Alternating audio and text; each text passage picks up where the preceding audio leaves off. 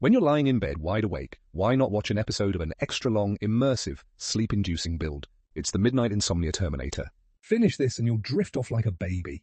I'm guessing your right foot is on your left right now, and your battery's sitting at about 60%. Go drop a comment on the right. Say hi, you stylish night owl. Now slowly enjoy this relaxing build with me. The frigid land of Freljord is always enchanting. Not just soul-soothing scenery, but streams that tinkle like wind chimes. It's every wilderness builder's dream sanctuary. Today, our hero Shuai-kun sets foot on this snowfield. He plans to build a unique shelter to escape the city's tense, suffocating pace. Once he finds a relatively open spot, today's construction begins.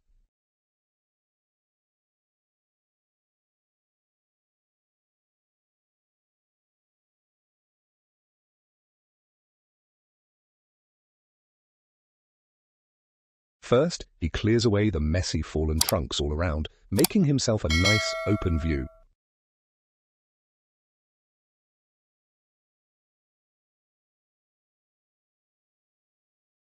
Then Shuai-kun whips out the family heirloom axe and trims the branches off Brother Tree so the little logs look neat and tidy. After a few of those little logs are cleaned up, it's time to lay out the shelter's footprint. With a shovel, he scrapes off the snow and leaf litter so everything's ready for a solid tie-in. Once that's done, he picks a few straight logs from around the site, measures the right length, and wedges the logs tight between neighboring trees. Each pair of trees gets one log, and the shelter's outline appears nice and clear. Finally, he piles stones on top of those logs to lock them in so they won't loosen.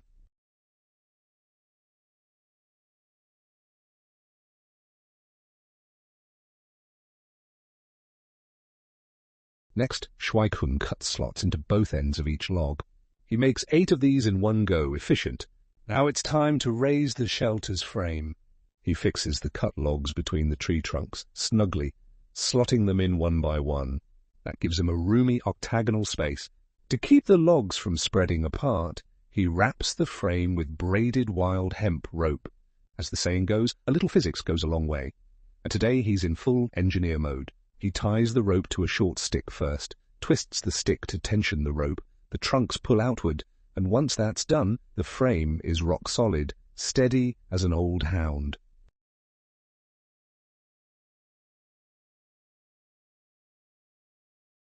Then he lays a few cross sticks on the frame as rafters, getting ready to build the roof.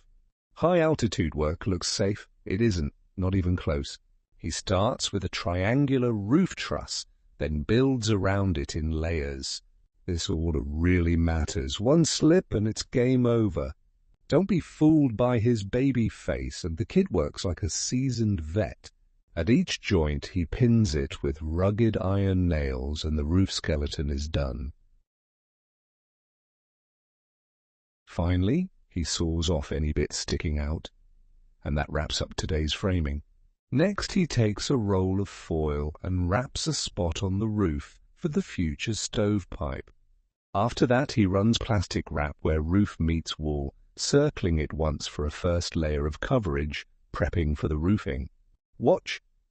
He collects a bundle of springy saplings, lays them along the roof, measures the span, then lashes them into a triangular panel, adding a few ribs across the middle.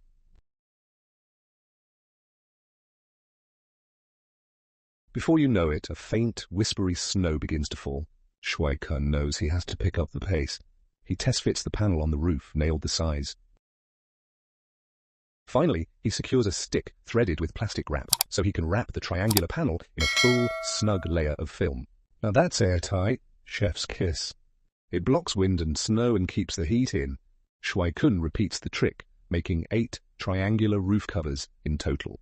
But since Freljord blizzards don't play nice, he gathers a heap of fresh pine boughs and with little clips fastens the needles to the panels.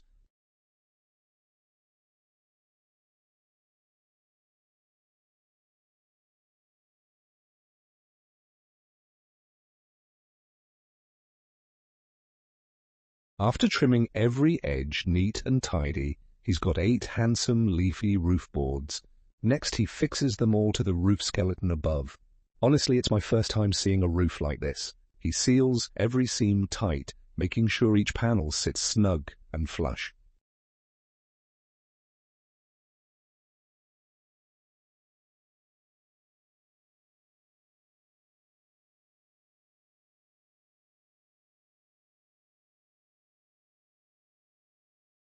And just like that, he's got a prairie green rooftop. Then he cuts grooves into a log's ends, locks it onto the frame, and marks the doorway.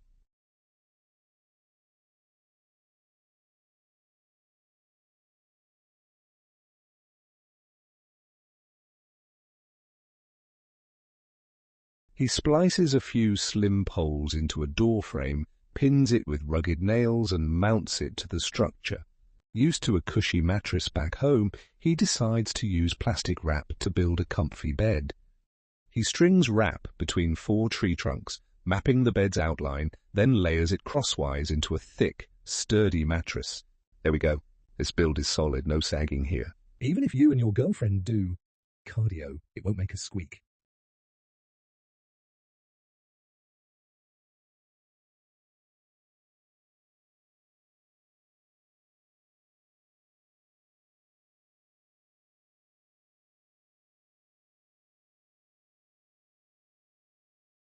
A minute later, the sleeping spot is ready to roll. To give the place a nicer floor, he grabs a burlap sack to collect clean sand. It's tidy stuff, perfect for flooring.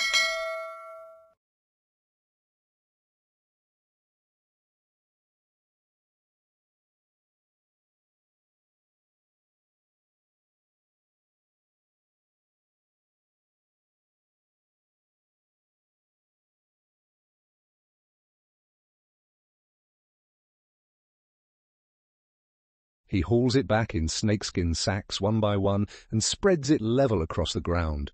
Instantly, the place looks grander. However, so it won't turn to mud after a rain, he adds one more step.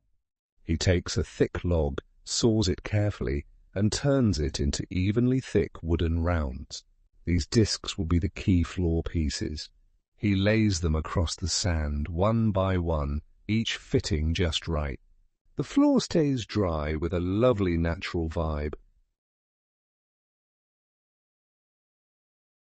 There are tiny gaps, though, so he brushes in leftover sand to fill them, sweeping with pine needles until all is snug. Every inch ends up flat and comfy.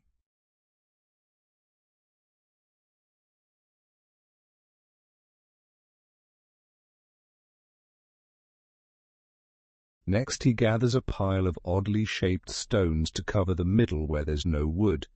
That's the future stove spot. Heatproofing is non-negotiable. If the stove scorches the floor, that would be extremely bad news. Let's not. Finally, he finishes the remaining walls, sealing them with plastic wrap again. Following the main frame, he winds layer after layer with care, covering every nook and cranny nice and tight, which not only blocks the biting wind from outside, but also helps trap a bit of warmth inside. A proper little home in the wild, love it. He then installs the prepped door, and the shelter is officially complete.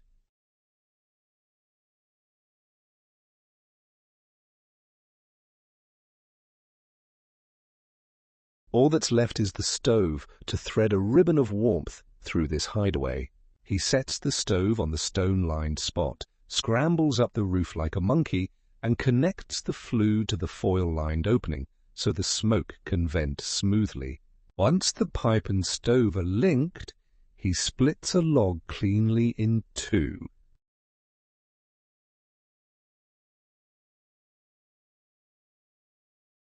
And boom, instant tabletop material. In no time flat, he whips up a simple dining table. After working non-stop, it's finally time to treat himself with dinner. He sparks up the first fire of winter, sets Red Wolf's frying pan on top, and gets ready for cooking magic.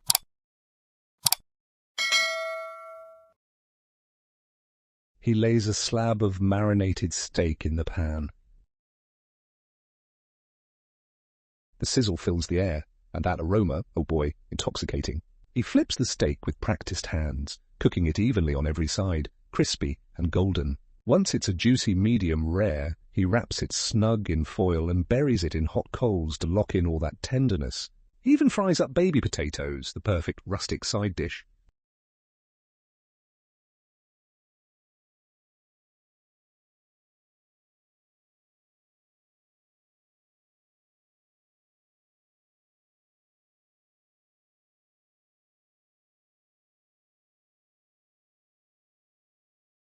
Half an hour later, dinner is ready in style. He slices the steak into strips, lays them on foil, and digs in like a king.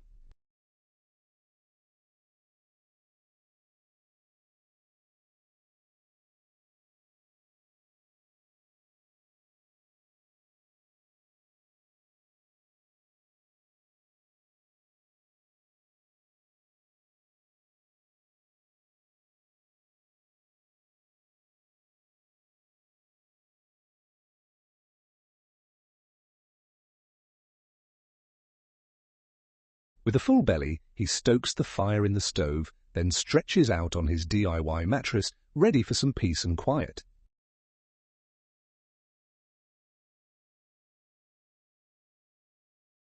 Enter Sang Biao, scruffy bearded fellow.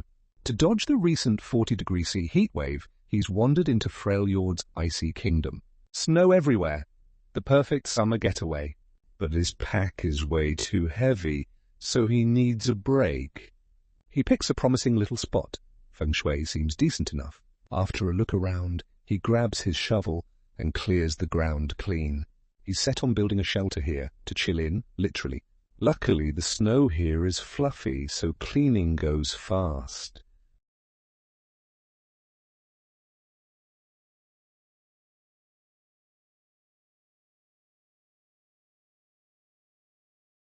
Before long, a neat clearing opens up.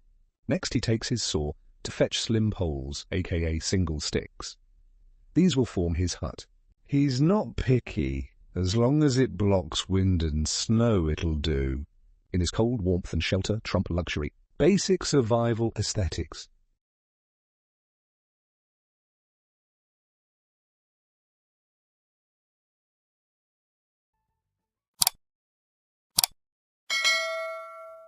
Soon enough he's gathered a whole pile of poles. He ties them with rope, ready to haul them home. It takes sweat and swearing, but back to camp they go. It costs him 9 oxen's worth of strength and 2 tigers for good measure to finally drag the load back. Now, time to build the shelter frame. But first those branches need trimming. Lots of them.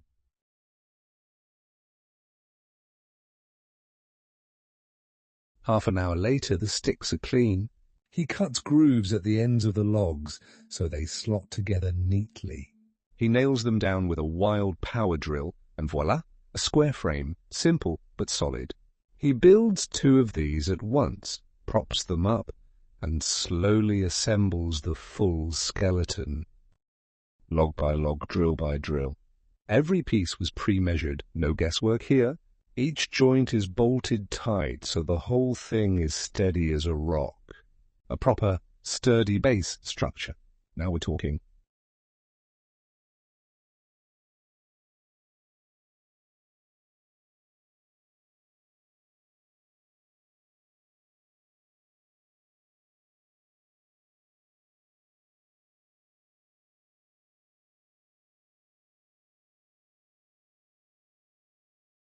Leaving a gap for the stovepipe in advance, Sang Biao pulls a roll of kitchen-grade plastic wrap from his pack, planning to use it as waterproofing.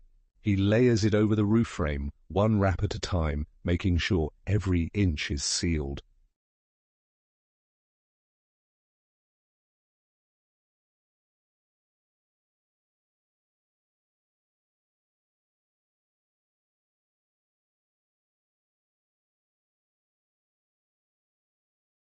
In the blink of an eye, the roof is completely shrink-wrapped.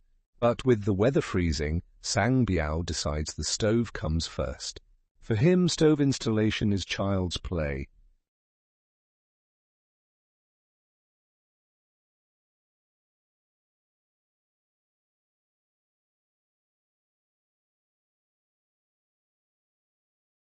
Once the flue is fitted, He lights the stove to chase away the chill.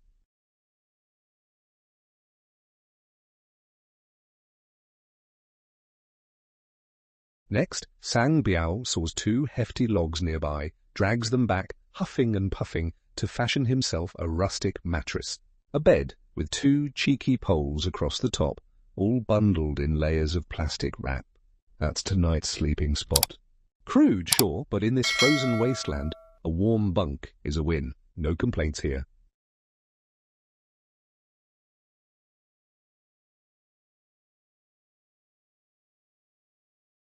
After finishing the mattress, he still has to seal the rest of the walls properly.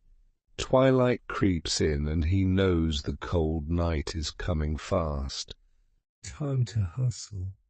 Thankfully, he packed plenty of wrap. No material shortage this time. So he circles it layer after layer. And bam, the walls are sealed tight. But the shelter's base still leaks drafts. If he skips this, he'll freeze his butt off tonight. So he shovels snow around the bottom, plugging every last gap. Now, even in a storm, inside stays cozy enough. With that done, he carves a doorway in one wall. A simple exit plan. Then he hangs a makeshift curtain. Boom, shelter complete. By blue hour, the hut glows warmly. Looking at it, Sang Biao nods. This'll do just fine. Next dinner time. He chops onions into chunks, drops them in hot oil. Instant aroma explosion. Then he adds a can of beef stew from home, slaps on the lid, and lets the flavor soak in. Once the beef softens, he tosses in golden noodles for carbs. Dinner's main. The noodles swirl in broth, drinking up that meaty flavor, smelling heavenly.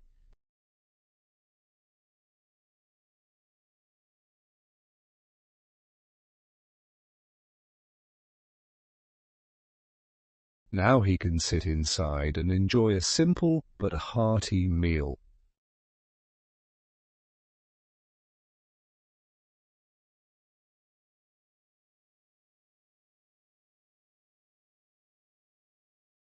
After stuffing himself, Sang Biao rolls out his sleeping bag, ready to crash. But out here, safety first. Bears might drop by, so he loads his trusty firearm just in case of an unwelcome visit. Bullet-chambered, he's set for emergencies.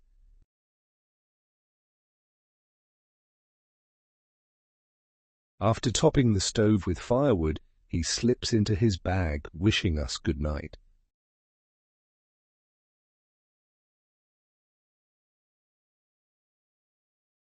Lately, with the blistering heat wave, Jafar just couldn't take it at home anymore. Meanwhile, Freljord was dumping snow like crazy. Hearing the news, Jafar strapped on his pack and wandered into the snowy wilds. His mission: build a shelter and cool off in style. A few scrawny trees up ahead look perfect. So he dumps his camping gear and step 1, shovel the snow clear. Jafar digs like his life depends on it.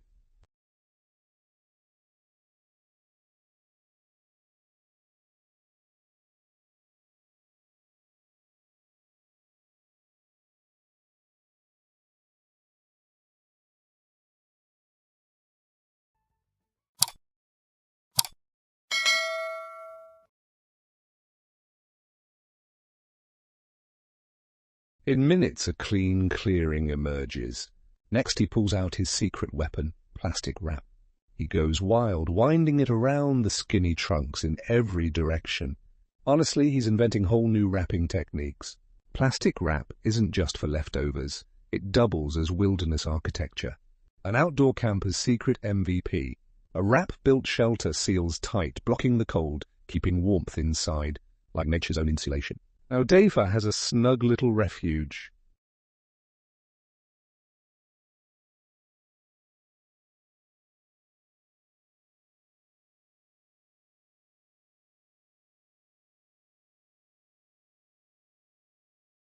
With deft hands, he finishes the roof in no time. Then it's on to the walls. He sticks with the same wrap strategy. Layer after layer, trunk after trunk, He winds, adjusting angle and tension as he goes. Every inch sealed, and soon a roomy interior takes shape. As the wrap stretches further, a semi-transparent wall shimmers into view. But Defar's shivering hard now. He needs fire, pronto. Without it, he's a popsicle waiting to happen. One spark, and flames roar to life, spreading warmth through the snowy night.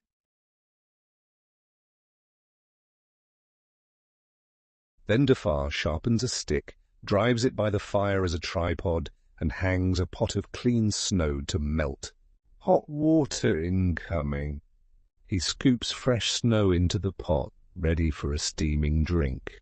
While waiting, he forages wild berries, perfect for tea. They quench thirst and warm the soul. Soon he's sipping a hot brew, fruit tea steaming, while basking in firelight. Simple pleasures. Tea in hand, snowy view outside. He's loving the moment.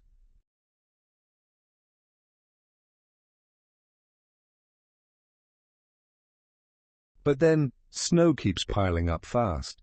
Defar suddenly remembers, no doorway yet! He slits the wrap with a knife, slips inside and starts clearing snow off the roof before the weight collapses it. He also notices big gaps near the base. Not good. So Defar plugs them with rocks, then seals with snow. Now the place is windproof. He stacks stone after stone until the whole base is solid and sealed. Finally, he packs more snow over it, locking it tight. After all that, the shelter is both sturdy and warm. Inside, he props up a frame with slim poles for a simple little bed. Now it feels complete. Of course, what's a hut without a door? Using mortise and tenon joinery, he crafts a door frame, ancient carpentry vibes. Practical and classy. And reinforced to block the storm. For extra sealing, he wraps the frame tight in plastic wrap. Now the door is strong and snug. Job well done. Warmth and strength in one piece. Perfect. Then he unveils the family heirloom stove, his treasured heater. Whenever cold strikes, it drives it away, like a loyal companion. Once installed, he stuffs it with dry firewood. The flames roar, turning the hut into springtime. To keep it going, he swings his axe, splitting logs like a pro. In minutes, a huge pile stacks up.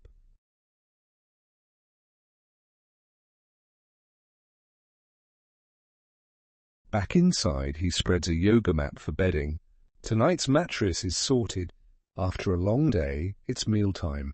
He fetches a pot of clean snow, melts it on the stove.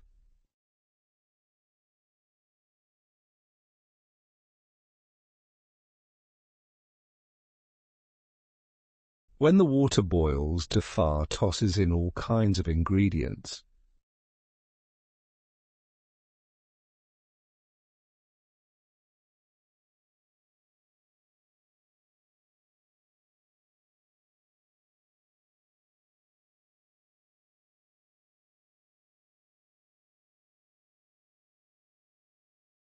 By blue hour, he hangs a lantern in the hut.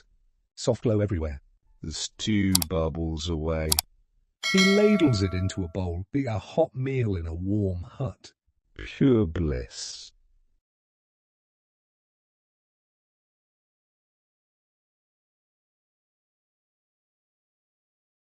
With each steaming bite, he feels restored.